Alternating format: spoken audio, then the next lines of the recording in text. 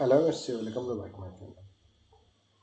MSc से third semester MSc third semester में जो हमारा पेपर था स्पेक्ट्रोस्कोपी को हम पढ़ रहे थे। हम लास्ट वीडियो में यूवी विजिबल स्पेक्ट्रोस्कोपी की स्टडी कर चुके थे। यूवी विजिबल स्पेक्ट्रस क्या होती है, उसका इंट्रोडक्शन और type of UV visible spectroscopy की स्टडी हम कर चुके थे। तो उसके बाद type of transition, heat electronic transition कितने टाइप्स का होता है, मॉलिक्यूल में इलेक्ट्रॉनिक ट्रांजिशन कितने टाइप्स का होता है, sigma to sigma transition, n to sigma transition, pi to pi transition, ये हम लास्ट वीडियो में पढ़ चुके हैं। उसके बाद हमारा नेक्स्ट टॉपिक आता है लैम्बर्ट बील लॉ।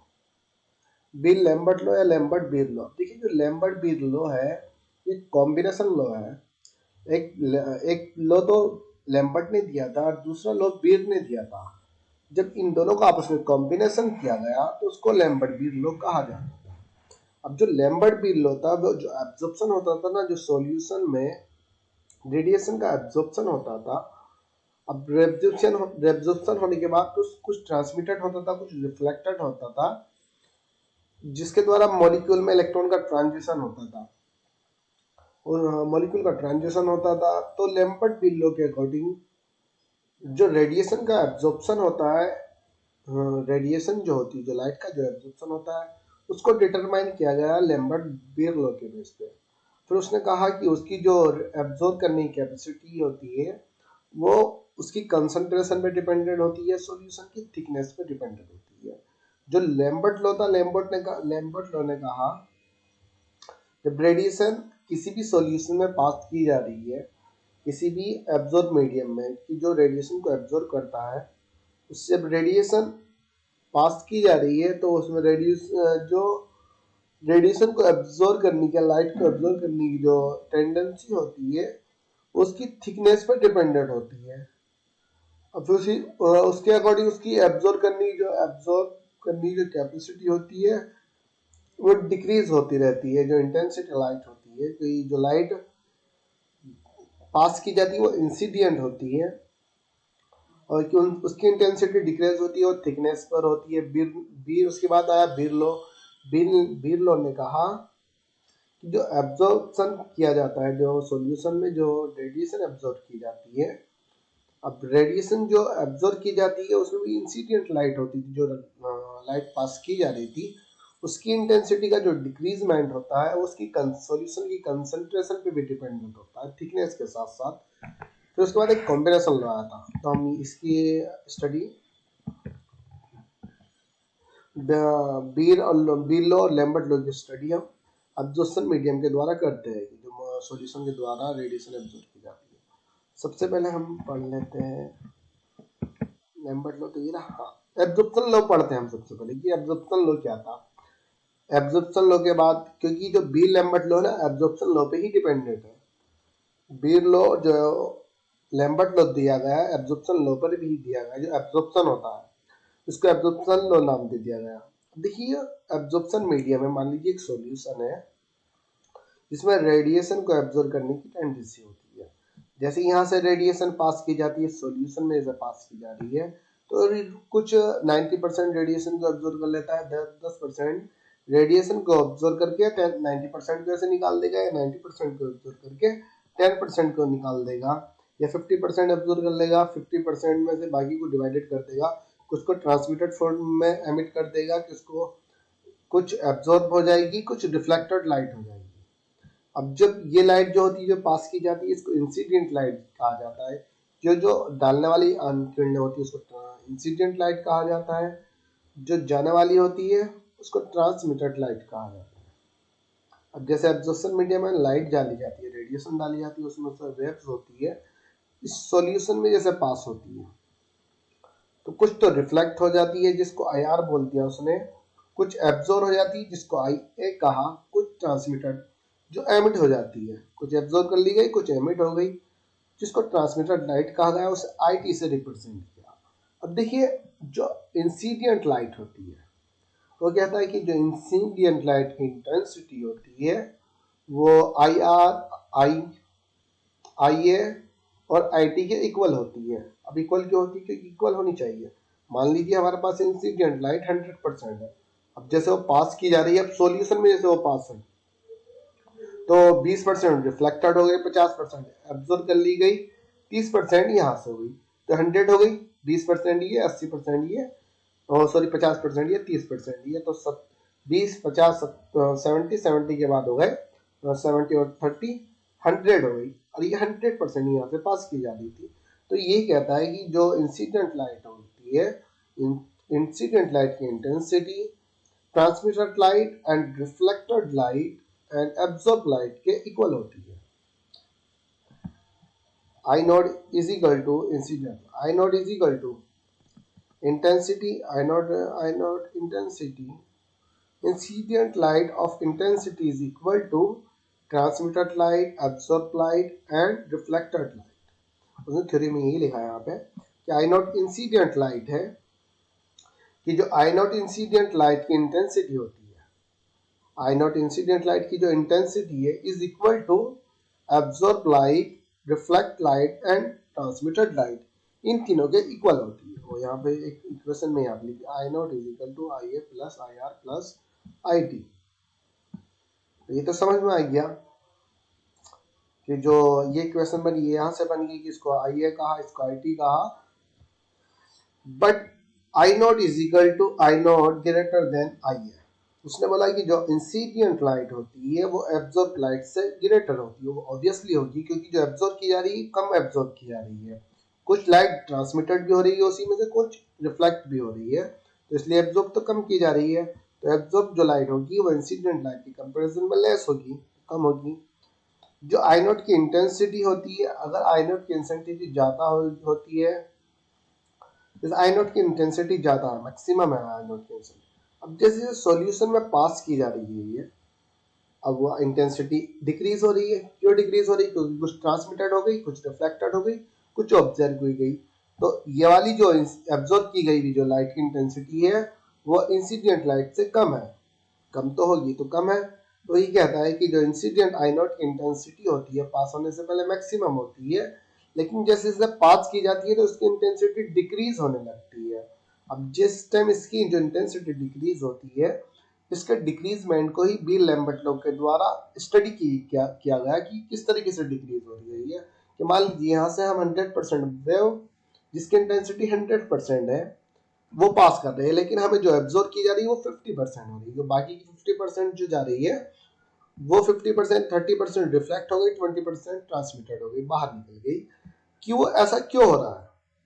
उसका रीजन ढूंढा उन्होंने बेयर और लैम्बर्ट लॉ ने कि ऐसा क्यों हो रहा है। तो सबसे पहले एक लैम्बर्ट लॉ था, जो लैम्बर्ट था, साइंटिस्ट थे, कि उन्होंने लैम्बर्ट लॉ दिया। उन्होंने कहा कि according to this law, according to Lambert law, when monochromatic light pass through the homogeneous absorption medium, homogeneous absorption medium, जब मोनोक्रोमेटिक लाइट को एब्जॉर्प्शन मीडियम से पास किया जाता है, then the rate of decreasement intensity of incident light, then the rate of decreasement intensity of incident light is directly proportional to the thickness of absorption medium। उन्होंने कहा कि जब bill Lambert law जो होता है, बिल लैम्बर्ट लॉ के according जैसे ही solution में मोनोक्रोमेटिक लाइट को पास किया जा रहा है, मोनोक्रोमेटिक लाइट को पास किया जा रहा है, जो the rate of decreasement intensity of incident light, जो इंसिडेंट लाइट का इंटेंसिटी का डिक्रीजमेंट होता है, क्योंकि इंटेंसिटी लाइट की जो इंटेंसिटी है वो डिक्रीज हो रही है। अब डिक्रीज क्यों हो रही है, वो रीजन उसने ढूंढा। उसने कहा कि जो रेट ऑफ डिक्रीजमेंट, जो रेट होता है डिक्रीज होने का, जो रेट होता है इंसिडेंट लाइट की इंटेंसिटी का, वो सॉल्यूशन की थिकनेस के डायरेक्टली प्रोपोर्शनल होता है, या एब्जॉर्प्शन मीडियम की थिकनेस के डायरेक्टली प्रोपोर्शनल होता है। मान लीजिए इस सॉल्यूशन की थिकनेस मैक्सिमम होगी तो इंटेंसिटी यहाँ पे डिक्रीज हो जाएगी, सॉल्यूशन की थिकनेस कम होगी तो इंटेंसिटी थोड़ी ज्यादा हो जाएगी, लेकिन इंसिडेंट लाइट से ऑलवेज कम होगी। अब थिकनेस क्या है? ये लेंथ है, जो पाथ है ना, ये लेंथ, ये जी यहाँ से लेके यहाँ तक की जो चौड़ाई है उसको उसने थिकनेस कहा, मोटाई कहा। तो थिकनेस पे डिपेंडेंट होती है, तो उसके बेस पे उसने एक लॉ दिया यहाँ पे ये कि the rate of decreasement light intensity, the rate of decreasement intensity light of incident intensity, intensity, incident light of intensity, the rate of decreasement intensity of incident light of intensity जो incident light की जो intensity का decreasement है उसके लिए D I upon D x directly proportional I. I बोला वहां पे इंसिडेंट लाइट बोला, और जो D I upon D X कहा उसने थिकनेस कहा उसको। अब जो डिक्रीजमेंट था तो इसलिए इसने यहाँ पे माइनस लगा दिया क्योंकि ये डिक्रीज हो रहा है। अगर मान लीजिए इंक्रीज होता तो यहाँ पे plus D I upon D x होता है, तो यहाँ पे प्लस में होता, लेकिन जब डिक्रीज हो रहा है तो इसलिए D upon D x directly proportional I होता है। अब डी आई कहाँ से आया, डी एक्स कहाँ से आया, ये क्वेश्चन बनता है ना। अब देखिए जो जैसे ये सॉल्यूशन यहाँ पे हमारा ये एब्जॉर्प्शन मीडियम था, यहाँ से ये रेज आ रही थी, यहाँ से ये रेज आ रही थी, यहाँ दिखा नहीं दिखा, हाँ जैसे ये है, ये हमारा एब्जॉर्प्शन मीडियम या सॉल्यूशन मीडियम हो गया। यहाँ से हम किसको पास कर रहे हैं, इंसिडेंट लाइट को पास कर रहे हैं। यहाँ से उसको हमने आई नॉट कहा, इसकी थिकनेस को कहा हमने एक्स जीरो से एक्स एक्स तक मान ली, कि मान लीजिए इसकी थिकनेस जो है x is equal to zero से स्टार्ट हो रही है, एक्स एक्स पे खत्म हो रही है।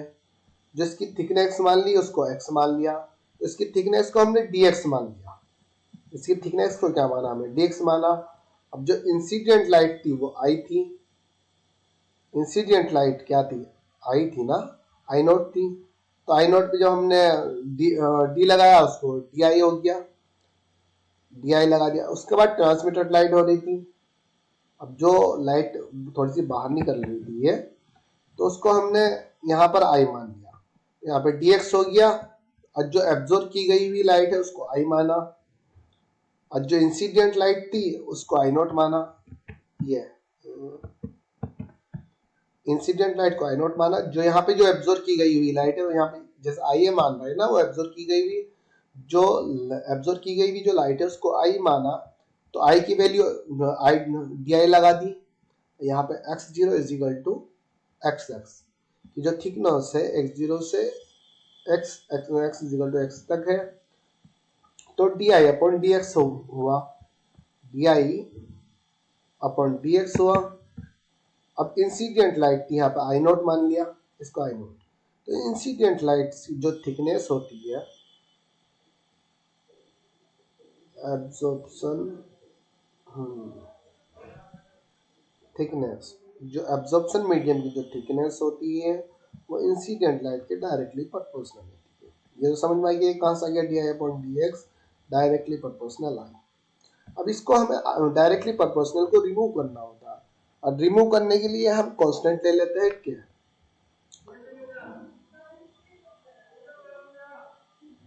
स्मॉल चेंजेस के लिए होता है रिमूव डायरेक्टली प्रोपोर्शनल। जहाँ डिक्रीज है यहाँ पे माइनस का साइन लगा दिए, decrease minus D I upon D x directly proportional I होता है, D I upon D x is equal to के एक्स के आई। जहाँ के माना हमने के कांस्टेंट होता है, जब के कांस्टेंट होता है dx upon di upon dx होता है। k is constant and dependent on the nature of the absorption medium। k constant होता है और absorption medium पे डिपेंडेंट होता है। Incident light of intensity donate by I not, वो तो जो मैंने पीछे भी दिखा दिया। ये जो इंसिडेंट लाइट होती है वो आई नॉट के द्वारा डिनोट की जाती है, एब्जॉर्ब की गई हुई लाइट जो after passing light intensity, after passing light intensity या एब्जॉर्ब की गई हुई लाइट को ऐसे डिनोट किया जाता है। जो सॉल्यूशन की थिकनेस है या एब्जॉर्प्शन मीडियम की जो थिकनेस है एक्स जीरो से एक्स एक्स तक होती है, x is equal to x तक हो जाती है, ये स्मॉल चेंजेस होता है। अब जैसे हमारे पास एक इक्वेशन आती है, यहाँ पे फर्स्ट इक्वेशन ये आ गई d x d I upon D x is equal to के आई। अब इसको सेपरेट किया जाता है। अब सेपरेट करने के लिए क्या किया जाता है, मतलब जिसका इंटीग्रेशन करते हैं हम, इंटीग्रेशन करने के लिए पहले इसको सेपरेट करते हैं, उसके बाद इंटीग्रेशन करते हैं। जो आई होता है यहाँ पे dx की पोजीशन पे रख लेते हैं, dx को आई की पोजीशन पे चेंज कर देते हैं, तो डी आई अपॉन आई हो जाएगा is equal to k into d x हो जाएगा। तो नाउ जो इक्वेशन नंबर 1 हुई, इंटीग्रेशन और इंटीग्रेशन करने के लिए इंटीग्रेशन करते हैं, इंटीग्रेशन करने के लिए इसको सेपरेट कर देते हैं। D I upon I is equal to k into d x, k dot D x हुआ डी आई अपॉन आई हुआ। अब इसका इंटीग्रेशन किया जाता है। अब इंटीग्रेशन समझिए, D I upon I, D I upon आई के डॉट डी एक्स। अब dx जो होगा x0 से xx तक होगा, जो थिकनेस है x0 से स्टार्ट हुई x इजिकल टू x तक लास्ट हो गई। अब जो di अपॉन आई है, जो इंसिडेंट लाइट है, जो एक तो पास की जा रही है लाइट, फिर एक एब्जॉर्ब की जा रही है, तो इंसिडेंट लाइट आई नोट से आई तक, पास होने वाली लाइट और एब्जॉर्ब की जाने वाली लाइट तक जो लिमिट होती है, जो चेंजेस आता है, उसको कैलकुलेट करना होता ना। तो कितना चेंजेस आया, कितनी एब्जॉर्ब की गई, कितनी रिफ्लेक्ट, वो सारी कैलकुलेट करनी थी। तो यहाँ पे तो माइनस, यहाँ पे माइनस को बाहर ले लेते, आई नोट से आई तक D I upon I is equal to X zero से थिकनेस जो होती है, thickness of absorption medium, X zero से x is equal to x तक integration K dot D X. इसको इक्वेशन नंबर 2 बोला हमने बोला, लेकिन इक्वेशन नंबर 2 बोला, लेकिन हमने बोला कि के कांस्टेंट है, वी नो के इज कांस्टेंट। अब जब के कांस्टेंट है तो उसको बाहर निकाल देते हैं, यहाँ पे ले लेंगे। तो इक्वेशन ये लिखिए, माइनस ये आई नोट से आई जीरो तक, वो आई नोट से आई तक D I upon I is equal to के एक्स जीरो से x is equal to x तक थिकनेस जो होती है डी एक्स हुआ। और हम यहाँ पे जानते हैं, अब देखिए ये वैल्यू हमारे पास होगी, लेकिन अब हमें पता है जो D x d I upon D I होता है, अगर उसकी बात वैल्यू की बात लोग की बात करें हम, डी एल एन आई होगा। अब जहां डी एक्स अपॉन एक्स होगा, अगर उसकी वैल्यू की बात करें एल एन एक्स लिया जाता है, डी एक्स अपॉन एक्स की वैल्यू एल एन एक्स ली जाती है, डी आई अपॉन आई की वैल्यू एल एन आई ली जाती है, डी पी अपॉन पी की वैल्यू एल एन पी ली जाती है। तो डी पी अपॉन पी होगा एल एन पी होगा, D I upon I L N I होगा, D X upon X L N X होगा। खाली डी एक्स की वैल्यू सिर्फ एक्स ली जाती है, जो डी एक्स होता है उसकी वैल्यू एक्स ली जाती है। तो यहाँ पे डी आई अपॉन आई है, तो यहाँ पे हम एल एन आई ले लेते हैं। अब एल एन आई लिया, ये दो आई हमारे पास कॉमन हुआ। जब दो कॉमन हो जाते हैं तो एक तो एज इट इज, एक से एक बस एक कॉमन ले लेते हैं हम। ये दो जो दो है, यहाँ पे दो आई है, तो इनमें से हम एक को कॉमन ले लेते हैं। तो आई नोट से आई तक हो जाएगा, जिसकी लिमिट आ जाएगी एल एन आई नो। अब ये वाली वैल्यू जैसे हम यहाँ पे एल एन आई यहाँ पे पुट करते हैं, यहाँ पे पुट करिए इजिकल टू के एक्स जीरो एक्स। अब डी एक्स की जगह हमने एक्स पुट करा, तो यहाँ पे एक इक्वेशन बन गई। इक्वेशन करने के बाद हमें पता है इनको हमें कॉमन लेना होता है, आई आई यहाँ पे होता है, एक्स एक्स यहाँ पर भी है, तो एक्स को हम कॉमन ले लेते हैं यहाँ से।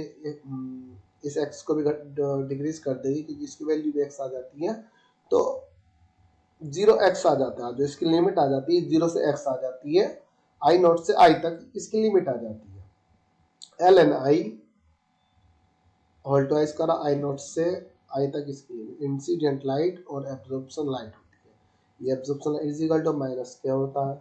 अब ये वाला क्या अंदर आ जाता है, माइनस के एक्स जीरो से एक्स तक जो इसकी थिकनेस होती है।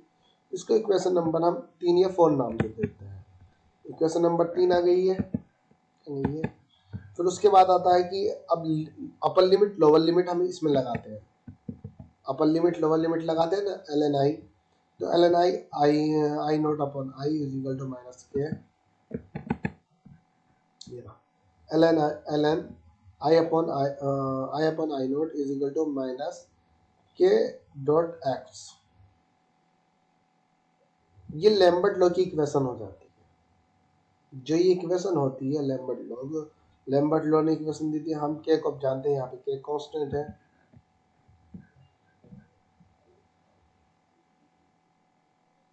के डॉट एक्स जीरो से एक्स है, तो एक्स को रिमूव कर दिया जाता है। एल एन आई से आई कन्वर्ट, आई से आई इसको कॉमन ले लिया जाता है, L N I upon I naught होता है इज इक्वल टू माइनस के डॉट एक्स आ जाती है। डॉट एक्स आ गई, के कांस्टेंट है। अब जैसे ही के को कांस्टेंट किया जाता है, तो जो हमारी वैल्यू होती है ln i upon I minus x होती है। फिर एंटी लॉग ले लिया जाता है। अब एंटी लॉग लेने के लिए ln को रिमूव कर दिया जाता है। अब जैसे रिमूव को वो सॉरी ln को रिमूव किया जाता है, यहाँ पे एक्सपोनेंशियल वैल्यू लगा दी जाती है। x में एक एक्सपेंसिव वैल्यू लगा दी जाती है क्या में i upon I naught is equal to e minus के एक्स। ई जो होता है एक्सपेंसिव वैल्यू होती है, ln को एंटी लॉग ले लिया जाता है। एंटी लॉग लेने पे ln रिमूव हो जाता है, i upon I not minus E minus के एक्स होता है, ई माइनस के एक्स होता है। अब हमें जो निकालनी होती है एब्जॉर्ब की भी लाइट निकालनी होती है। इंसिडेंट लाइट का तो हमें पता होता है, थिकनेस भी हमें बाद में निकालनी होती है। थिकनेस क्या है, एक्स थिकनेस, तो I is equal to I naught E minus के एक्स। ये लैम्बर्ट लॉ की इक्वेशन हो जाती है। I is equal to I naught E minus के एक्स, ये लैम्बर्ट लॉ की इक्वेशन हो जाती है। उसके बाद आता है बीर लॉ। अब बीर लॉ क्या कहता है, देखिए बीर लॉ कहता है सेम चीज है जो थ्योरी मैंने पीछे लिखी ना, कि अकॉर्डिंग टू बीर लॉ या according to this law, according to Beer law when monochromatic light pass through the absorption medium, जब बीर लॉ के अकॉर्डिंग मोनोक्रोमेटिक लाइट को एब्जॉर्प्शन मीडियम में पास किया जाता है, होमोजेनस एब्जॉर्प्शन मीडियम, मीडियम जो होता है वो एब्जॉर्प्शन मीडियम जो सॉल्यूशन जो होता है होमोजेनस होता है, हेटेरोजेनस नहीं होता है। होमोजेनस मीडियम में पास किया जाता है तो the rate of decreasement of intensity of incident light, जो इंसिडेंट लाइट की इंटेंसिटी का डिक्रीजमेंट होता है वो डायरेक्टली प्रोपोर्शनल होता है concentration of absorption medium. The incident light is directly proportional to the concentration of absorption medium. Absorption medium की concentration के डायरेक्टली प्रोपोर्शनल होता है। अगर वो डायरेक्टली प्रोपोर्शनल होता है, इसको हम कैसे लिखते हैं, अब इसको जो डोनेट किया जाएगा, हमने इसको कैसे डोनेट किया, यहाँ पे D I upon D x is equal to, यहाँ D I upon D x directly proportional I, क्योंकि ये थिकनेस पे था। फिर उसके बाद हमने D I upon D x is equal to के आई, और D I upon D x is equal to I D I upon D minus D I upon I is equal to K dot D X. यहाँ पे K dot D X की value यहाँ पर आ जाती है उसकी। उसी प्रकार हम जब इसको डायरेक्टली प्रोपोर्शनल लिखते हैं, अभी कंसंट्रेशन के बेस पे लिखा जाता है, D I upon D x minus D I upon D x directly proportional I dot c, intensity हो गई तो उसी कंसंट्रेशन के डायरेक्टली प्रोपोर्शनल होता है।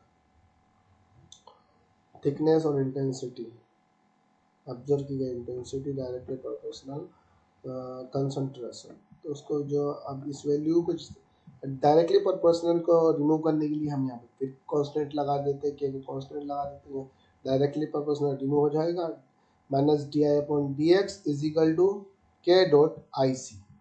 आई एब्जॉर्ब की गई लाइट, इंटेंसिटी ऑफ एब्जॉर्ब की गई, एब्जॉर्ब लाइट की इंटेंसिटी होती है, सी कंसंट्रेशन के constant D I upon D x, d आई जो एब्जॉर्ब की गई हुई लाइट है, डी एक्स वही थिकनेस हो गई उसकी, आई इंसिडेंट लाइट हो गई, incident light intensity of incident directly proportional concentration, concentration के डायरेक्टली प्रोपोर्शनल होती है।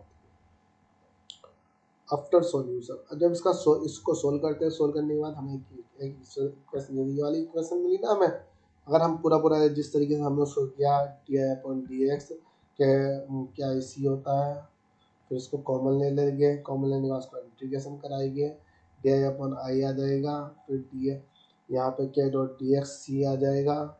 तो उसको इंटीग्रेशन कराने के बाद हमें इंटीग्रेशन फिर एल एन भी लगाना पड़ता है, डी आई अपॉन आई की वैल्यू एल एन आई आ जाएगी। फिर उसके बाद जो हमें सॉल्यूशन करने के बाद जो सॉल्यूशन जैसे ये वाली वैल्यू मिली ना, I is equal to I naught E minus के एक्स, तो आफ्टर सॉल्यूशन ये वैल्यू हमें मिल जाती है, E I is equal to I naught E minus K I सी। जिसको बीर लॉ कहा जाता है, इसको लैम्बर्ट लॉ कहा जाता है। अब इन दोनों का कॉम्बिनेशन होता है जिसको बीर लैम्बर्ट लॉ कहते हैं। ये रहा, मीडियम की एब्जॉर्प्शन की कंसंट्रेशन और थिकनेस के डायरेक्टली प्रोपोर्शनल। मीडियम की एब्जॉर्प्शन कंसंट्रेशन, एब्जॉर्प्शन की जो कंसंट्रेशन थिकनेस के, अच्छा। अब वो कह रहा है कि बिल लैम्बर्ट लॉ जो होता है, बिल लैम्बर्ट लॉ, जब ये दोनों आपस में जो कंबाइन करते हैं, जो एब्जॉर्प्शन होता है ना, वो थिकनेस और कंसंट्रेशन के डायरेक्टली प्रोपोर्शनल होता है। अब डायरेक्टली प्रोपोर्शनल होता है उसको लिखा जाता है A upon directly proportional X dot C. X thickness of solution हुआ, C concentration of solution, A absorption हुआ। अब एब्जॉर्प्शन डायरेक्टली प्रोपोर्शनल होता है thickness of solution and concentration of solution. A की जो वैल्यू होती है L N I upon I naught भी कहा जाता है, आई अपॉन आई नॉट भी कहा जाता है। अब डायरेक्टली प्रोपोर्शनल को रिमूव करने के लिए यहाँ पे एप्सिलॉन नॉट का यूज किया जाता है। A is equal to epsilon naught C dot X. Epsilon naught की अगर बात करें, मोलर कोफिशिएंट होता है, सी कंसंट्रेशन होती है, एक्स थिकनेस ऑफ सॉल्यूशन होता है, ए एब्जॉर्प्शन होता है, जिसको लैम्बर्ट बील लॉ कहा जाता है। जिसको लैम्बर्ट बील जो लॉ की इक्वेशन होती है, A is equal to epsilon naught C dot X, ये इसकी इक्वेशन होती है। बिल लैम्बर्ट लॉ का जो सॉल्यूशन है, इसका कॉम्बिनेशन कैसे होता है, ये मैं आपको नेक्स्ट लेक्चर में बता दूंगा। लेकिन अभी हम ऑक्सोक्रोम और क्रोमोफॉर्म की स्टडी करेंगे लास्ट वीडियो में, ऑक्सोक्रोम्स एंड क्रोमोफॉर्म्स।